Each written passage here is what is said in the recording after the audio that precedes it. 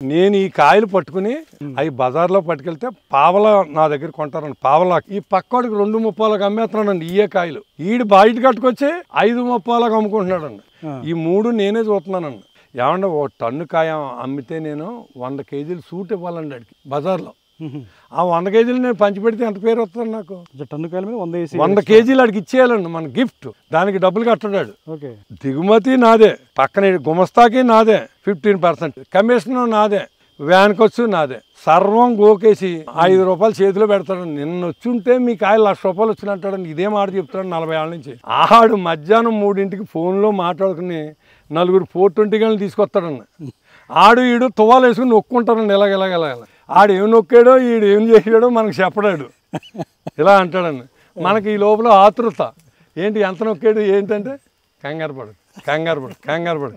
అలా రాత్రి 7:30 దాకా మనం అలా కూర్చోబెడతాడండి అక్కడ. ఏ రైతైనా అంతేనండి. 7:30కే మనం ఏమో 1,00,000 వస్తుందేమో, లేకపోతే 50,000 వస్తామని మనం అనుకుంటాను.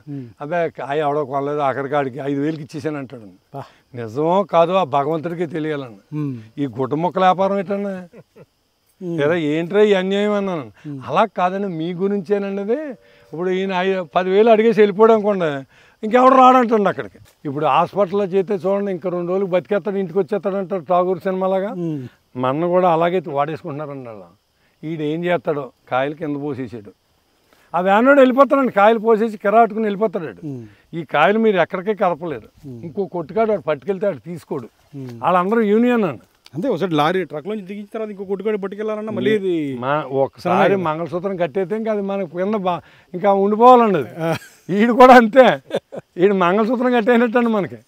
మీరు లవోదివో అని ఏమి ఎవడం మీ గోల వినడం. ఏదైనా వాడి దయాదక్షిణాల మీద ఆడు చెప్తాడండి. ఫోన్ చేస్తే 1,00,000 నుంచి 2,50,000 దాకా ఉందంటాడండి. అసలు ఆడు మనిషి కాదండి. ఆడు మిమ్మల్ని రప్పిస్తాకి 1,00,000 నుంచి 2,50,000 మీరు 2 సంచులు పట్టుకెళ్తారు ఇంటికాడ నుంచి దొబ్బట్టుకొచ్చేద్దామని.